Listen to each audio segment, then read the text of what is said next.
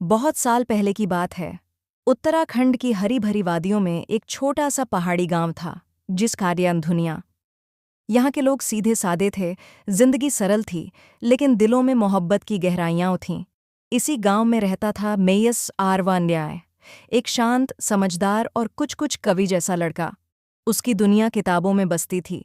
वो गांव के स्कूल में पढ़ाता था और फुर्सत के पलों में झरने के पास बैठकर कविताएं लिखा करता। वहीं शहर से कुछ महीनों के लिए अपने ननिहाल आई थी अंसिया, तेज, चुलबुली और बेहद जिंदा दिल लड़की। वह कला की छात्रा थी, पेंटिंग्स बनाना उसका जुनून था। सिया पहली बार आरव से गांव के स्कूल में मिली, जब वह अपने छोटे भाई को स्कूल छोड़ने आई थी। आरव ब्लैकबोर्ड पर कविता लिख रहा था। ये हवाएं कुछ कहती हैं, ये पेड़ कुछ सुनते हैं, मोहब्बत सिर्फ मिलन नहीं, ये हर रोज थोड़ा सा महसूस करना होता है। सिया वहीं खड़ी रह गई। न जाने क्यों उसके भीतर कुछ हिला। एक अनजानी खामोशी, एक अजनबी की लिखी पंक्तियों में अपना सा कुछ लगा। दिन बीतते गए। सिया अक्सर झरने के पास अपनी स्केचबुक लेकर बैठने लगी और आरव वहीं पास बैठकर अपनी डायरी में लिखता। दोनों एक दूसरे से ज्यादा बात नहीं करते, लेकिन नजरें मिलती थीं, मुस्कुराहटें चलती थीं।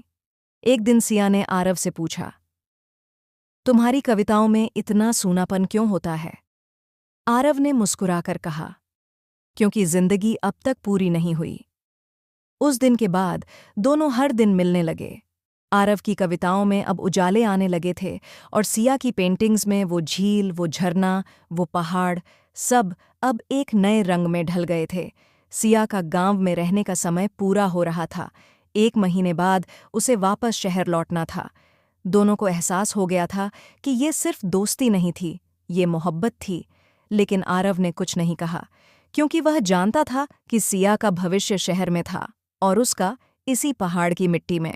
सिया ने भी कुछ नहीं कहा, क्योंकि वह चाहती थी कि आरव कुछ कहे।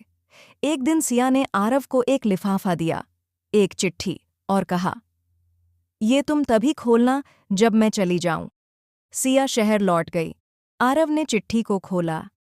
तुम्हारी कविताओं ने मुझे प्यार करना सिखाया, लेकिन तुमने कभी कहा ही नहीं। फिर भी मैं इंतजार करूंगी उस दिन का, जब तुम कहोगे, रुको, मत जाओ। अगर तुमने ये चिट्ठी पढ़कर कुछ महसूस किया, तो लिख देना मुझे एक कविता, जिसमें सिर्फ मेरा नाम हो। आरव बहुत देर तक उस चिट्ठी को देखता रहा। दिल भारी था, पर शब्द नहीं निकल रहे थे।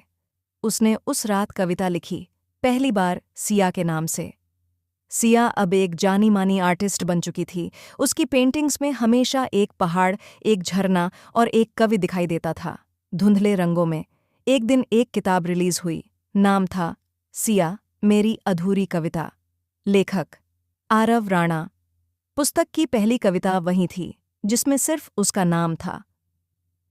सच्चा प्यार कभी शोर नहीं करता, वो इंतजार करता है, और जब वक्त आता है, वो चुपचाप अमर हो जाता है, कविताओं, पेंटिंग्स और अधूरी चिट्ठियों में।